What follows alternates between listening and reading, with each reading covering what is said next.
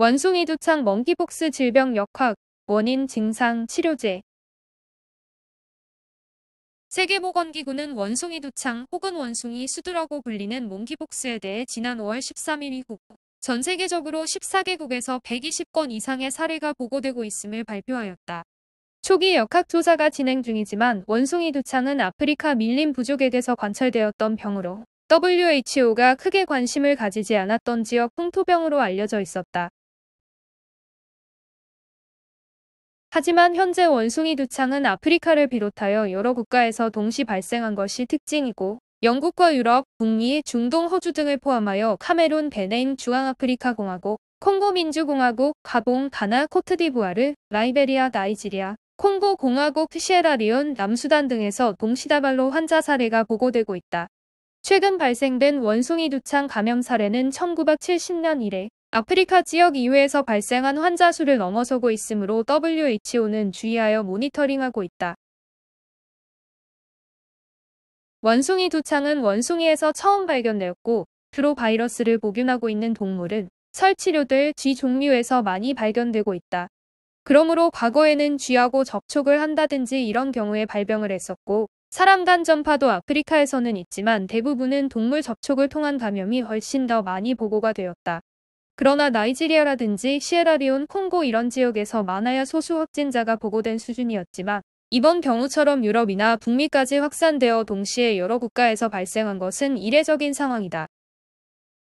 현재까지 밝혀진 정보에 의하면 1차 의료기관과 성클리닉을 방문한 남성과 성관계를 가진 사람들 사이에서 사례가 확인되고 있다. 원숭이 두창의 발생 상황은 증가하고 있으며 WHO는 추가 확산을 방지하기 위해 원숭이 두창에 대한 감염 위험이 높은 사람들에게 정확한 정보를 제공하는 데 중점을 두고 있다. WHO는 원숭이 두창 감염 위험군으로는 원숭이 두창에 걸린 사람과 가까운 신체 접촉을 한 사람들이다.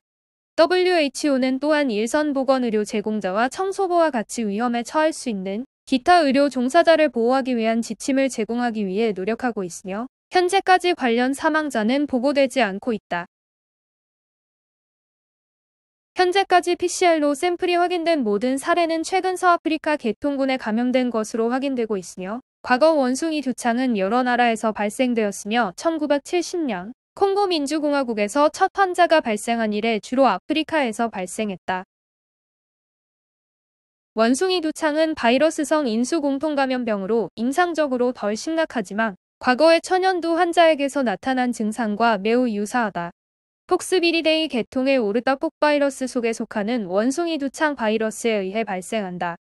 원숭이 수두 바이러스에는 서아프리카 계통과 콩고 분지 계통의 두 가지 계통이 있다. 원숭이 두창이라는 이름은 1958년 덴마크 실험실에서 원숭이에게서 바이러스가 처음 발견된 데서 유래했다. 1970년 콩고 민주공화국의 한 어린이에게서 인간의 첫 사례가 확인되었다. 2022년 5월 15일 이후 원숭이 두창 증상은 아래 중 하나 이상이다. 두통, 38.5도 이상의 급성 발열, 림프 절병증 림페디너퍼시, 근육통, 허리 통증, 탈진 또는 무력증.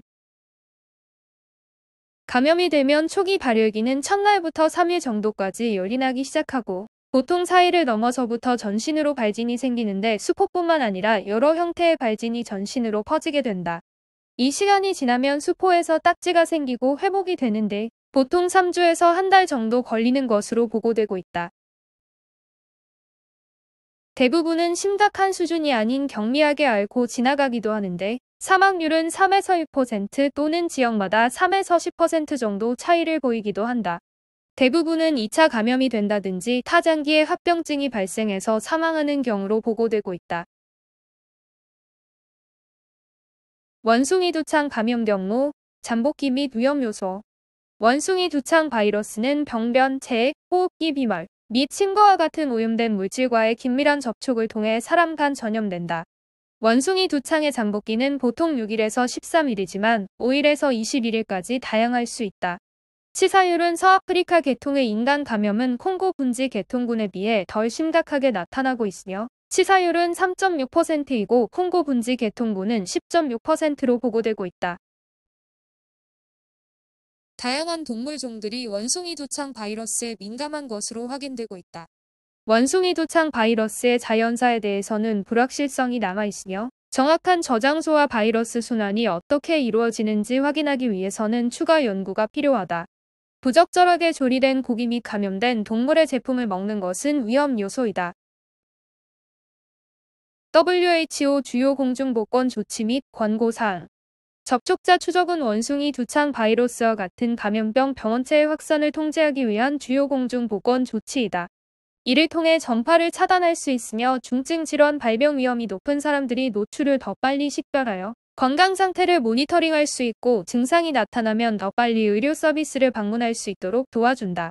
의심 사례가 확인되는 즉시 연락처 식별 및 연락처 추적이 시작되어야 하고 환자 사례를 인터뷰하여 접촉한 모든 사람의 이름과 연락처 정보를 확인 후 24시간 이내에 알려야 한다.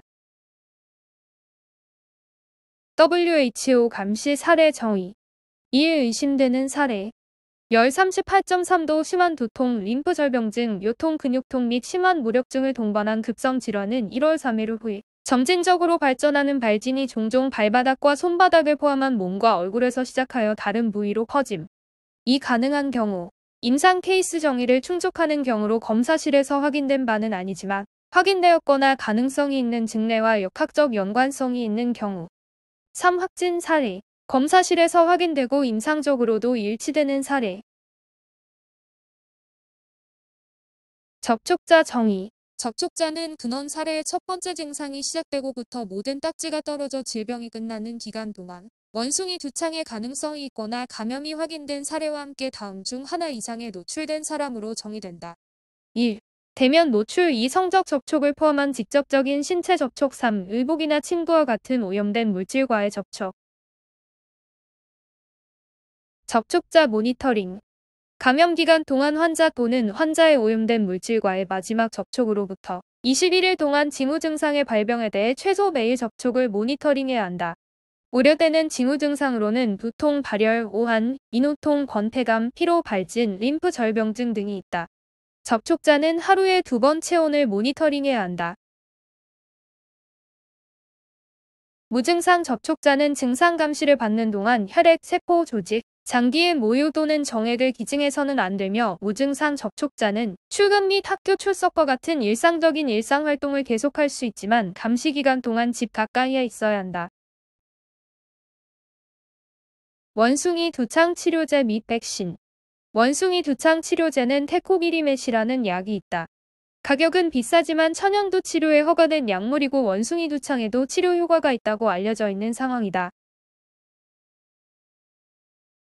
백신도 기존에 쓰는 두창 백신을 여러 국가들이 테러, 생물 테러용으로 가지고 있다는 정보들이 있다.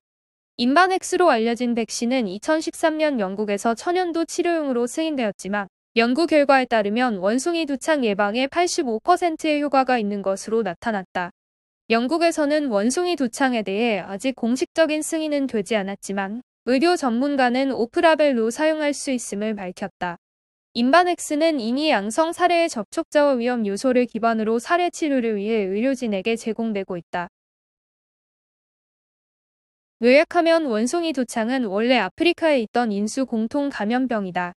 그런데 한 번도 그 지역을 넘어서 광범위하게 전파된 적이 없던 이 병이 갑자기 유럽을 포함하여 전 세계에 이렇게 동시다발로 확산된 것인지에 대해 현재 여러 가지 역학조사가 진행 중이다. 현재까지 밝혀진 정보에 의하면 1차 의료기관과 성클리닉을 방문한 남성과 성관계를 가진 사람들 사이에서 사례들이 확인되고 있다. 하지만 코로나19와 비교하여 스쳐만 가도 감염이 확산되는 그런 종류의 빠른 확산을 가진 바이러스는 아니다. 구체적인 데이터와 연구를 통하여 감염 확산 및 연관성에 대한 역학조사가 진행 중에 있다.